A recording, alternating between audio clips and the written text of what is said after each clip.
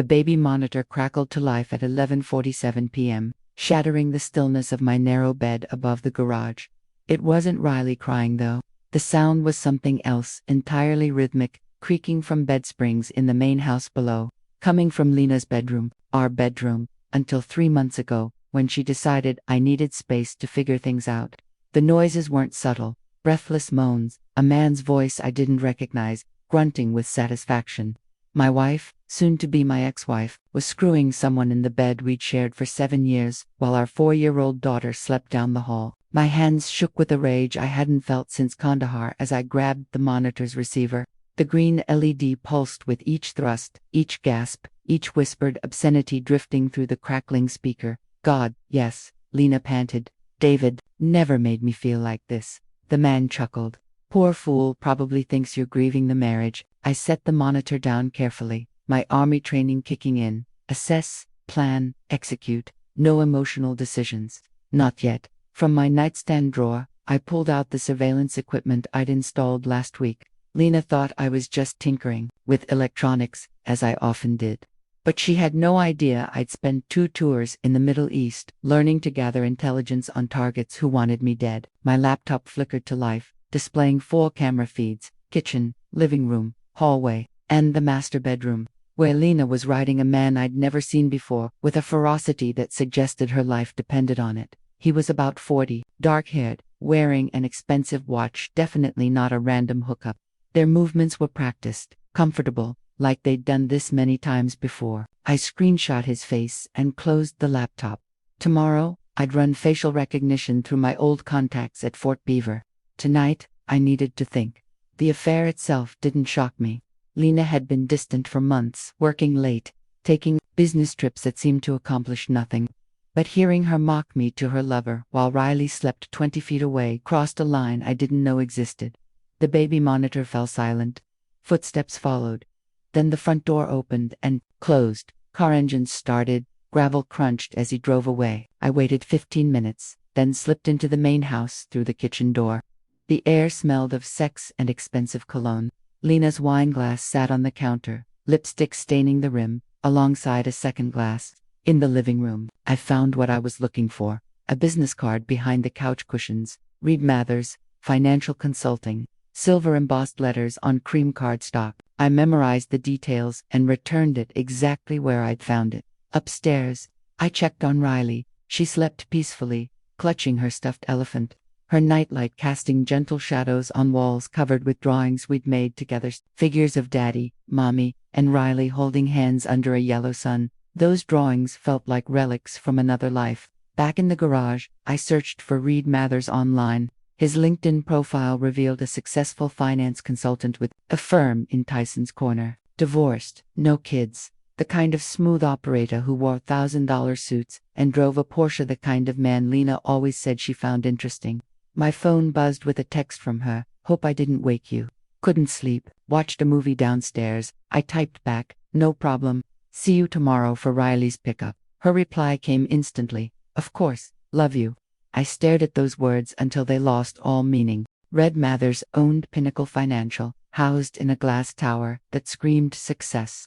His client list boasted Fortune 500 companies, and his website touted expertise in complex asset restructuring during life transitions, like divorces. The next morning, I upgraded my surveillance network with military-grade directional microphones, motion-activated cameras, and GPS trackers small enough to hide in a key fob. The equipment cost $3,000, but good intelligence was worth any price, as I'd learned in combat zones. With Lena at work, I had free access to the house. I planted bugs in her car, purse, and home office, virtually undetectable devices broadcasting to a secure server in the garage. By noon, I was listening to her every conversation. The first breakthrough came at 2:15 p.m. Lena was on her cell phone, pacing her home office as she always did when scheming. Reed, we need to move faster, she said. David's too calm about all this. It's making me nervous. Reed's voice was smooth, confident. Relax. The guy's a pushover. You said so yourself. That's what worries me, Lena replied. He should be fighting for custody, demanding answers. Instead, he just accepts everything. Maybe he knows he can't win, Reed said. You've got the better lawyer, the better income, and when we're ready to make Our move about his mental state. Don't talk about that on the phone, Lena interrupted. Right, sorry, look, I'll be over tonight after he picks up the kid. We'll discuss strategy. Strategy.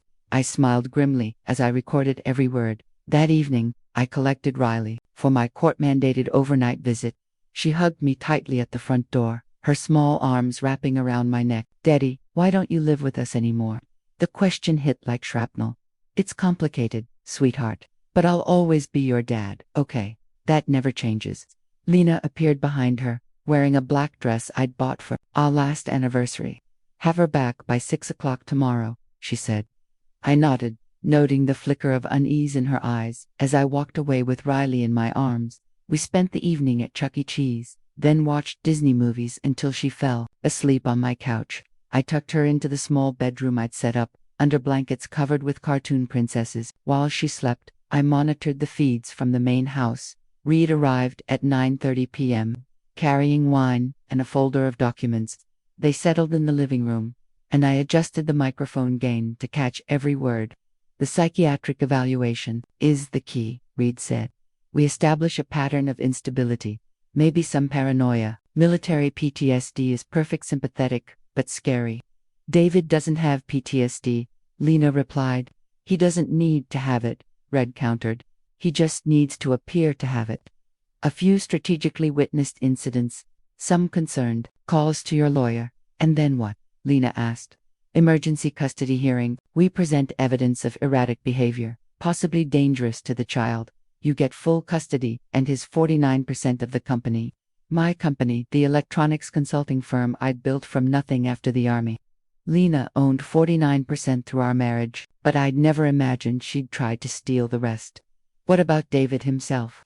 She asked. Once he's deemed unfit, he'll be lucky to get supervised visits. And his share of the company goes into court-ordered management. Guess who I'd recommend as the trustee? They laughed, the sound cold and calculating. I watched my wife betray me in real time, planning to destroy my life using my own surveillance equipment. But the rage was gone, replaced by something colder, more focused. I was ready. Na Evans, Lena's younger sister, had always resented her. 2 years younger, Na had watched their parents fawn over Lena's success while she navigated a bitter divorce and single motherhood. When I called her the next morning, she answered immediately. David, is everything okay? I need to see you today. It's about Lena. A pause. What did she do now? I'd rather explain in person. Can you meet me for coffee? She agreed, and an hour later, Na arrived at the Starbucks near my office, looking like a harder-edged version of Lena. Same dark hair, same green eyes, but with bitterness as her armor. You look terrible, she said, sliding into the booth. Thanks, I need your help with something. If it involves screwing over my sister, I'm listening. I showed her the surveillance photos. Red entering the house, Lena and him, in bed, documents spread across the coffee table during their strategy session. Na's face darkened. That manipulative witch, she's actually trying to steal your company. Among other things, I need someone they trust to get close, gather evidence without raising suspicions, someone like the concerned sister-in-law who wants to save the marriage. Na's smile was sharp. I've been waiting my whole life for this conversation. What's the plan? I outlined the strategy. Na would approach Lena, offering to mediate and understand my perspective, all while wearing a wire to record their plans. She'll see right through it, Na warned. Lena's not stupid. She doesn't have to believe you care about me, I said. Just that you care about Riley and getting some of the company money if the divorce goes badly for me. Na laughed bitterly. Oh, she believed that. Money's all Lena thinks anyone cares about. That afternoon, Na arranged a sisterly lunch with Lena for the next day. While they met, I cloned Lena's laptop hard drive, finding email chains with Reed going back 8 months, financial projections for splitting my company's assets, research on committing veterans with PTSD, and a draft statement for the custody hearing describing me as paranoid and potentially violent. The most damning was a file titled David_incidents.docx, a fabricated timeline of my supposed erratic behavior, talking to myself, angry outbursts, irrational None of it was true, but it could fool a judge. A note at the bottom, Reed, need to provoke 2 to 3 more incidents before filing. Reed suggests sedating. The sedating attempt came 3 days later. Lena invited me to dinner to discuss Riley's needs.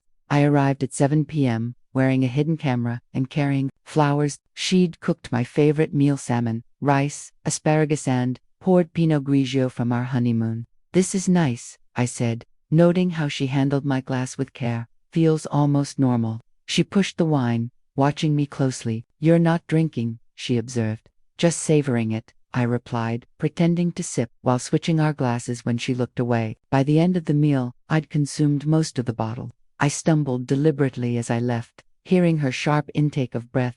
Back in the garage, I called Na. She sedated the wine, just like we expected. "Are you okay?" she asked. I switched the glasses. I poured my wine into a sample bottle for testing. The lab results confirmed lorazepam and zolpidem enough to cause disorientation and memory loss. Had I drunk it, Lena could have called 911, claiming an episode with chemical proof of my instability. Reed made his first mistake the following Tuesday, confronting me in a grocery store parking lot. "David Cross," he said, radiating aggression in his expensive suit. "I know what you're doing." I played dumb. "I'm buying groceries." "Don't play stupid." The surveillance, the paranoid behavior. Lena's told me everything. He shoved me, triggering a car alarm, then swung a wild punch. I sidestepped, using his momentum to spin him into the car door. He crumpled, splitting his lip. Witnesses, including an off-duty cop, saw everything. Security footage backed my story. Reed was the aggressor. He refused medical treatment and declined to press charges, likely to avoid his own assault charges. Lena filed for emergency custody 2 weeks later, citing my attack on Reed as evidence of PTSD-fueled violence. My lawyer, Janet Rhee, a former military attorney, presented the unedited parking lot footage, surveillance recordings of Lena and Reed's conspiracy, and the lab report on the sedated wine. Judge Patricia Hammond denied Lena's motion, ordered her psychiatric evaluation, and referred the case to the DA for possible criminal charges. Reed admitted to the affair and conspiracy under oath, his confidence crumbling. I was awarded temporary full custody of Riley. 3 days later, Na called. "Lena's planning something desperate. She thinks you're hiding assets and wants me to help search your garage." I set the stage, a locked file cabinet with fake financial documents suggesting hidden millions. That night, Lena and Reed broke in, recorded by my cameras as they celebrated finding evidence of offshore accounts. They took the bait, stealing the documents.